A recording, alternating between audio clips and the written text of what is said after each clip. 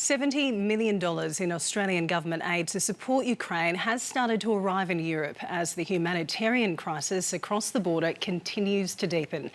SBS reporter Omar Dehen is in Poland where the ADF cargo landed. Good evening, Omar. Tell us what's being delivered there. Janice, the Defence Department isn't specifying what precisely the C-17 carrier has delivered for Ukraine, and Prime Minister Scott Morrison has already said he wants to keep the Russians in the dark as to what is being sent.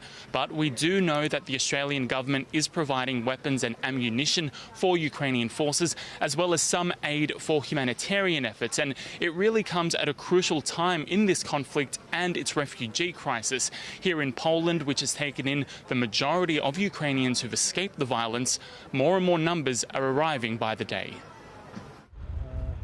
After 10 days of horror in their homeland, some relief for Ukrainians who had no choice but to flee. Poland, now an EU sanctuary for more than 600,000 people from Ukraine. Its 8 border crossings providing an entry point to safety. But refuge doesn't wash away the heartache or exhaustion. I feel tired and stressed because of a long trip. I'm not best specialist in these things, but I really want to believe that our country will be safe and all of our friends and relatives will be okay. Valerie's father has had to stay behind. My husband Ukrainian men aged 18 to 60 are not allowed to leave the country, many obligated to fight. Have you spoken to your husband today? Yes. Yes. What does he say to you on the phone?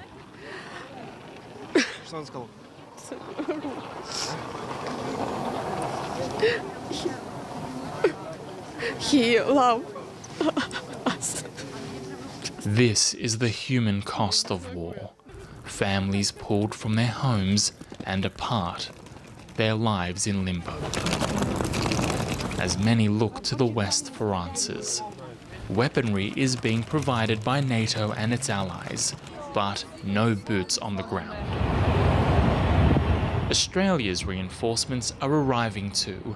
An RAAF cargo plane packed with aid reaches the Polish border town Rzeszów, ready to be driven into Ukraine. Poland's response to this refugee crisis was not only swift, but it's quickly become one of the most organised in recent European memory, and you can see it here at the border crossings by the simple fact that things are calm and ticking along quite smoothly. Chaos has eluded Poland's checkpoints. People are being processed without a fuss. At the moment, it's now taking just a matter of minutes for many cases to do so, and with Ukrainians still arriving in large numbers daily, aid agencies here say it's been essential. Right now, the situation is probably under control. Is not the right word, but it's okay. Let's say it that way. If the figures are really going up and that for a long time, then this will be, of course, a much bigger challenge as it already is. Easing people's burdens, the immediate focus for local authorities, NGOs, and volunteers. Solidarity of the people is still there, and it's not fading away.